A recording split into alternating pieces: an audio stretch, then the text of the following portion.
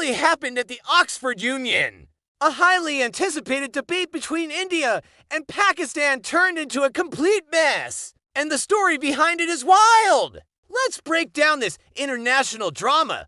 The motion was explosive.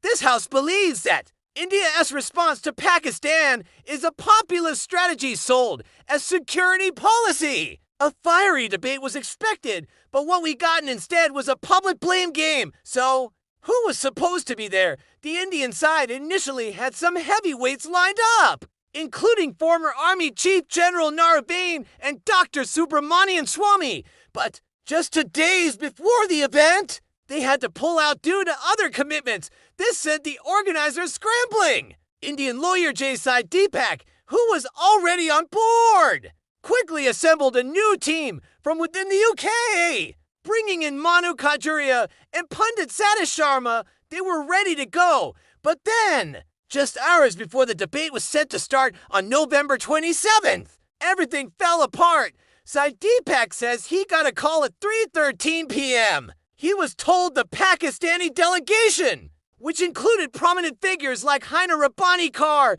and Kauai Asif, hadn't even landed in London yet. Based on this information, the Indian team decided to abandon their trip to Oxford. It seemed pointless, right?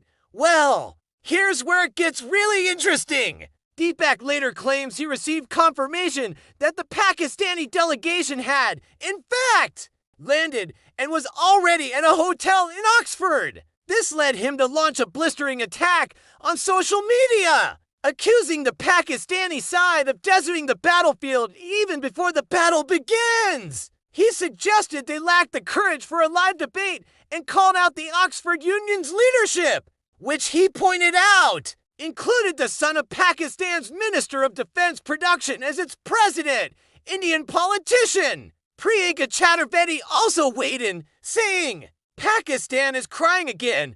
Once again, they have proved to be liars. But Pakistan has a completely different story.